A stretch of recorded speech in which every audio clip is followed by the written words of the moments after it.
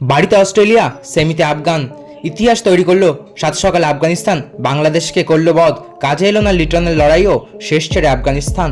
বিস্তারিত জানাবো তার আগে বলে রাখি, আপনি যদি চ্যানেলে নতুন হয়ে থাকেন তাহলে চ্যানেলটি অবশ্যই সাবস্ক্রাইব করবেন, এবং আপনি যদি ফেসবুক পেজ থেকে ভিডিওটা দেখে থাকেন তাহলে অবশ্যই পেজটি ফলো করে যাবেন।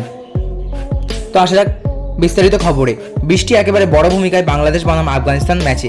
আফগানিস্তান নাকি অস্ট্রেলিয়াকে যাবে আইসিসি টি-20 বিশ্বকাপের সেমিফাইনালে, সেই জানতে মঙ্গলবার সকাল থেকেই সকলের নজর ছিল বাংলাদেশ বনাম আফগানিস্তান ম্যাচে। এই গ্রুপ থেকে ভারত প্রথম দল হিসেবে সেমির টিকিট পেয়ে যায়।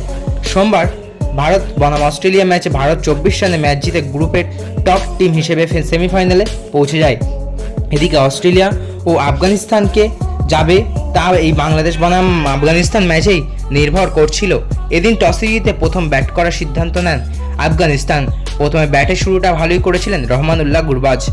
তিনি দলের হয়ে সর্বোচ্চ 43 রান করেন, 55 বলে 43 রান করেন তিনি। তবে বাকি কোনো আফগান ক্রিকেটার সেভাবে ব্যাটে ছাপ ফেলতে পারেননি।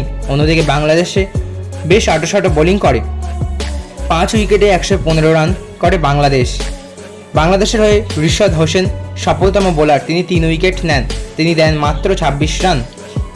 তাসকিন আহমেদ ও মুস্তাফিজুর রহমান একটি করে উইকেট নেন।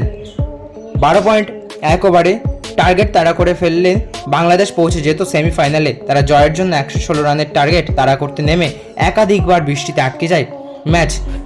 সেন্ট ভিনসেন্টের সুপার 8 ম্যাচে যে কারোর সুযোগ তৈরি হয়েছিল সেমিফাইনালে যাওয়ার। এদিন বাংলাদেশের ইনিংসে দারুণ বোলিং করেন আফগানরা। বাংলাদেশের ওপেনার লিটন দাস একটা এন্ডে লড়াই করেছিলেন, তার ধামাকা শুরুর পর বাংলাদেশের বাকি ব্যাটাররা সেভাবে রান পাননি। একটা সময় পরপর উইকেট হারাতে শুরু করে বাংলাদেশ। 81 রানে 7 উইকেট ম্যাচ যখন ফের বৃষ্টি থমকে যায় তখন আরও 2 রান বাংলাদেশের দরকার ছিল ম্যাচ জেতার জন্য। তো বন্ধুরা, এই ছিল আজকের ভিডিও। আশা করি ভালো লেগেছে। ভালো অবশ্যই একটি লাইক করবেন এবং আপনার কি মতামত তা কমেন্ট বক্সে অবশ্যই জানিয়ে যাবেন। ধন্যবাদ।